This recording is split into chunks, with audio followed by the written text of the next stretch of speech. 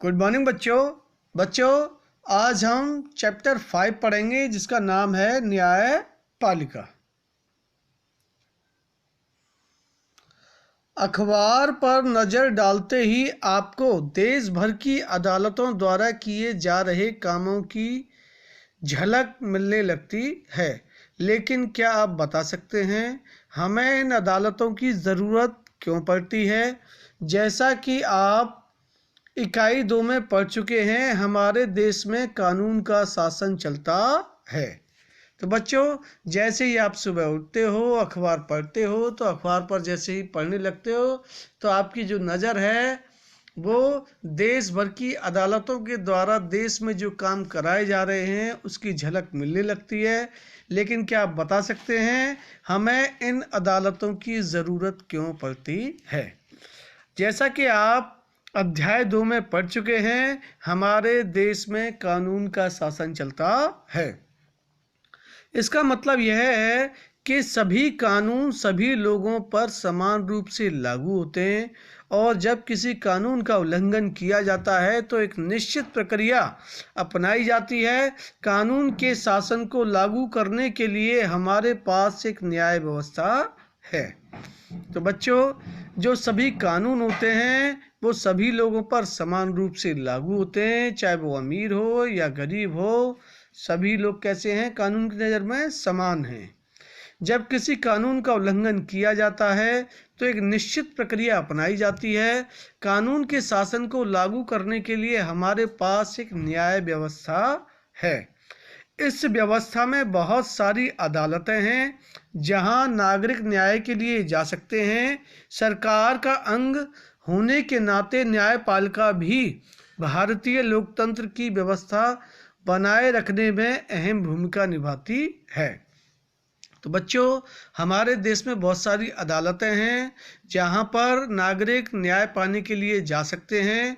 सरकार का अंग होने के नाते न्यायपालिका भी भारतीय लोकतंत्र की व्यवस्था बनाए रखने में अपनी एक महत्वपूर्ण भूमिका निभाती है। यह इस भूमिका को केवल इसलिए निभा पाती है क्योंकि यह स्वतंत्र है। स्वतंत्र न्यायपालिका का क्या मतलब होता है? क्या आपके आसपास की अदालत और नई दिल्ली में स्थित सर्वोच्च न्यायालय के बीच कोई संबंध है? इस अध्याय में आपको इन सवालों के जवाब मिलेंगे। बच्चों, सामने आपको ये चित्र दिखाई दे रहा है, ये किसका चित्र है? ये सर्वोच्च न्यायालय का चित्र है। सर्वोच्च न्यायालय नई दिल्ली में स्थित है और इंग्लिश में हम इसे सुप्रीम कोर्ट के नाम से जानते हैं। न्यायपालिका की क्या भूमिका है? अदालतें बहुत सारे मुद्दों पर फैसले सुनाती हैं। वे यह तय कर सकती हैं कि शिक्षकों को विद्यार्थियों की पिटाई नहीं करनी चाहिए। वे राज्यों के बीच नदियों के पानी के बंटवारे पर फैसला दे सकती हैं। तो बच्चों, अदालतें बहुत सारे मुद्दों पर अपने अपने फैसले सुनाती हैं। अदालतें बताती हैं कि शिक्षकों को विद्यार्थियों को नहीं पीटना चाहिए। वे राज्यों के बीच नदियों के पानी के बंटवारे पर भी अपना फैसला दे सकती हैं। वे किसी अपराध के लिए लोगों को सजा दे सकती हैं। न्यायपालिका के कामों को मोटे तौर पर निम्नलिखित भागों में बांटा जा सकता है। विवादों का निपटारा। न्यायिक व्यवस्था नागरिक व सरकार, दो राज्य सरकारों, केंद्र व राज्य सरकारों के बीच पैदा होने वाले विवादों को हल करने की क्रियाविधि मुहैया कराती है। तो बच्चों, विवादों का निपटारा किस प्रकार से होता है?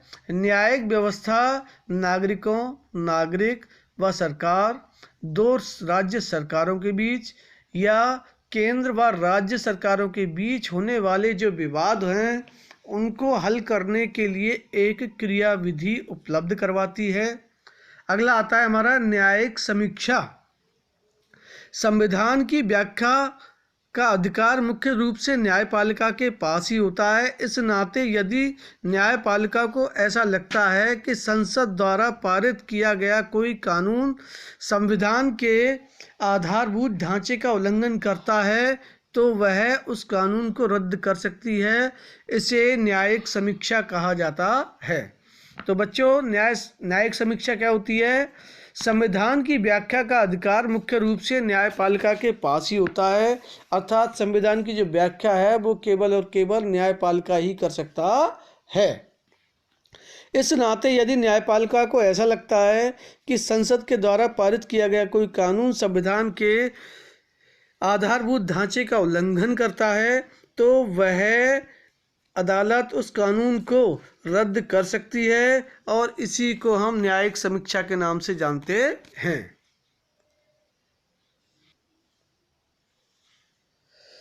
कानून की रक्षा और मौलिक अधिकारों का क्रियान्वयन। अगर देश के किसी भी नागरिक को ऐसा लगता है कि उसके मौलिक अधिकारों का उल्लंघन हुआ है तो वह सर्वोच्च न्यायालय या उच्च न्यायालय में जा सकता है। तो बच्चों, कानून की रक्षा और मौलिक अधिकारों का क्रियान्वयन किस प्रकार से होता है वो देखिए। अगर देश के किसी भी नागरिक को ऐसा लगता है कि जो उसके मूल अधिकार हैं उनका उल्लंघन हुआ है तो वह सर्वोच्च न्यायालय या उच्च न्यायालय में जा सकता है। उदाहरण के लिए कक्षा 7 की किताब में आपने हाकिम शेख के बारे में पढ़ा था। जो खेतीहर थे वे चलती ट्रेन से गिरकर घायल हो गए थे। जब कई अस्पतालों ने उनका इलाज करने से इनकार कर दिया तो उनकी हालत काफ़ी ख़राब हो गई थी। इसी मामले की सुनवाई के बाद सर्वोच्च न्यायालय ने यह फैसला दिया था कि संविधान के अनुच्छेद 21 में प्रत्येक नागरिक को जीवन का मौलिक अधिकार दिया गया है और इसमें स्वास्थ्य का अधिकार भी शामिल है। तो बच्चों, कक्षा 7 की किताब में हमने हाकिम शेख के बारे में पढ़ा था। एक कहानी थी, उसमें वो एक खेतिहर किसान थे। उनके साथ क्या होता है, वे एक चलती हुई ट्रेन से गिर जाते हैं और घायल हो जाते हैं। फिर उनको अस्पताल में इलाज के लिए ले जाया जाता है तो कई अस्पतालों ने उनका इलाज करने से मना कर दिया था। इससे उनकी जो हालत थी बहुत खराब हो गई थी। इसी मामले की सुनवाई के बाद सर्वोच्च न्यायालय ने अपना यह फैसला दिया था कि संविधान के अनुच्छेद 21 में प्रत्येक नागरिक को जीवन का मौलिक अधिकार दिया गया है और इसमें स्वास्थ्य का अधिकार भी शामिल होता है। फलस्वरूप न्यायालय ने पश्चिमी बंगाल सरकार को आदेश दिया कि वह अस्पतालों की लापरवाही के कारण हाकिम शेख को जो नुकसान हुआ है उसका मुआवजा दे। सरकार को यह आदेश भी दिया गया कि वह प्राथमिक स्वास्थ्य व्यवस्था की रूपरेखा तैयार करे और उसमें आपात स्थितियों में रोगियों के इलाज पर विशेष ध्यान दिया जाए।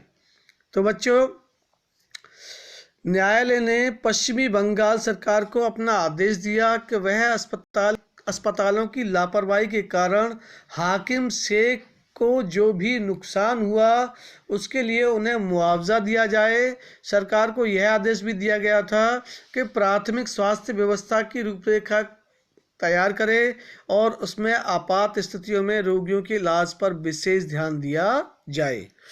पश्चिमी बंग खेत मजदूर समिति बनाम पश्चिमी बंगाल राज्य 1996 की बात है जब हाकिम शेख ने न्यायालय में यह केस लड़ा था।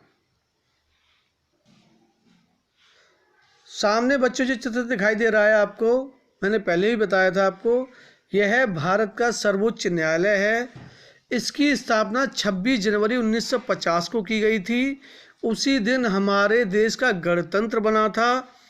अपने पूर्ववर्ती फेडरल कोर्ट ऑफ इंडिया 1937-1949 की भांति यह न्यायालय भी पहले संसद भवन के भीतर चैम्बर ऑफ प्रिंसेस में हुआ करता था। इसे 1958 में इस इमारत में स्थानांतरित किया गया। तो बच्चों, भारत के सर्वोच्च न्यायालय की जो स्थापना है वो 26 जनवरी 1950 को की गई थी। उसी दिन हमारे देश में गणतंत्र लागू किया गया था और अपने पूर्ववर्ती फेडरल कोर्ट ऑफ इंडिया 1937-49 की भांति यह न्यायालय भी पहले संसद भवन के भीतर हुआ करता था। कहाँ होता था? चैम्बर ऑफ प्रिंसेस में हुआ करता था। 1958 में इसे इस सामने वाली इमारत में स्थानांतरित कर दिया गया था। इसी के साथ बच्चों आज हम यहाँ पे समाप्त करते हैं। अगर इस चैप्टर में आपको कहीं भी प्रॉब्लम हो तो आप मुझसे व्हाट्सएप में प्रश्न पूछ सकते हैं। ओके बच्चों।